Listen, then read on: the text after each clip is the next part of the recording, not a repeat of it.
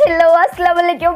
வணக்கம், welcome to Rjcornor. நம்ம இன்னைக்கு இந்த வீடியோல பார்க்க போறது கியூட்டான குட்டி ஷெஃப் வந்து குட்டி மண்பானையில நமக்காவே பால் பாயசம் செஞ்சு காட்டுவாங்க.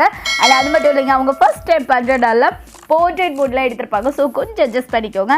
அண்ட் சண்முகம் ராஜா சார் சூப்பரா வந்து எங்களுக்கு கமெண்ட் பண்ணி மோட்டிவேட் பண்ணிட்டே இருக்கீங்க. ஸோ இதே தொடர்ந்து பண்ணுங்க. அண்ட் உங்க தமிழ் பார்த்தீங்கன்னா வேற லெவல்ல இருக்கு.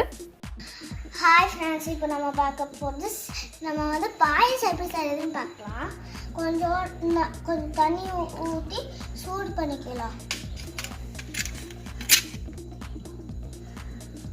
இப்போ நம்ம சேமியா போட்டுடலாம்.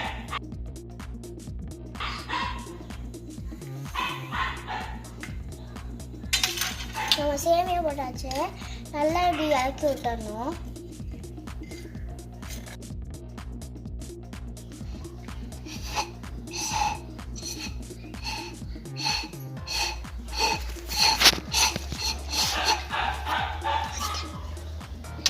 பார்த்தீங்கன்னா நடுப்பு நிற்க மாட்டேங்குது. நான் வந்து இறக்கி விடுறேன்.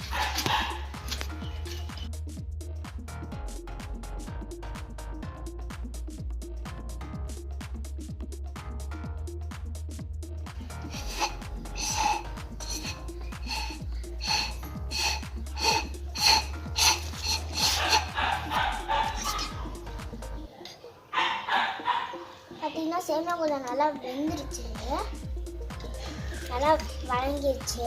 இப்போ நம்ம பால் ஊற்றிடலாம்.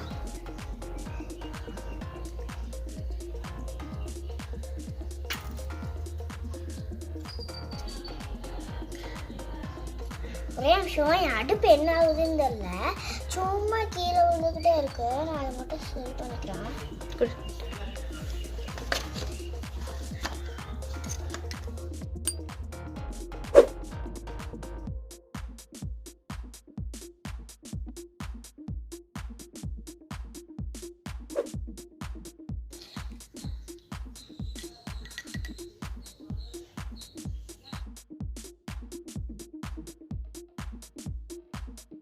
நம்ம தண்ணி போட்டோம், அதுக்கப்புறமா சேமியா போட்டோம், அப்புறமா பால் போட்டோம். இப்போ ரவை போடலாம்.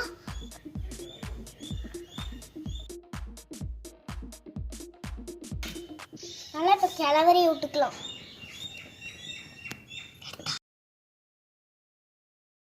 ஃபஸ்ட்டு நம்ம தண்ணி ஊற்றணும், அதுக்கப்புறமா சேமியா போட்டோம், அப்புறம் பால் போட்டோம், அப்புறம் ரவை போட்டோம்.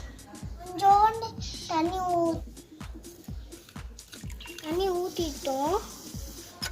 தண்ணி கொஞ்சம் அடுப்பில் சிந்திச்சு. ஏன்னா இங்கே வந்து அடுப்பு ஒழுக்கமாகவே நிற்க மாட்டேங்குது. கையெல்லாம் அப்படியே சூடு பட்டுருச்சு. இப்போ நம்ம சர்க்கரையை போட்டுடலாம். இங்கே பாருங்க, சர்க்கரை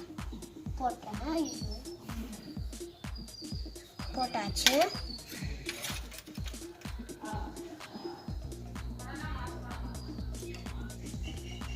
இப்போ நம்ம ஏலக்காய் தூள் வந்து கொஞ்சம் ஆட் பண்ணலாம் ஃப்ளேவருக்காக.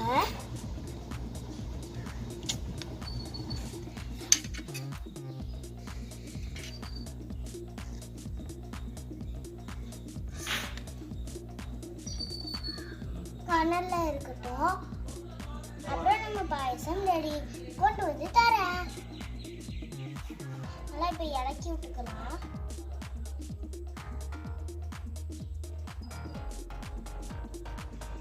நம்ம செஞ்சோம்ல பாயசத்தை டேஸ்ட் பண்ணி பார்க்கலாம்.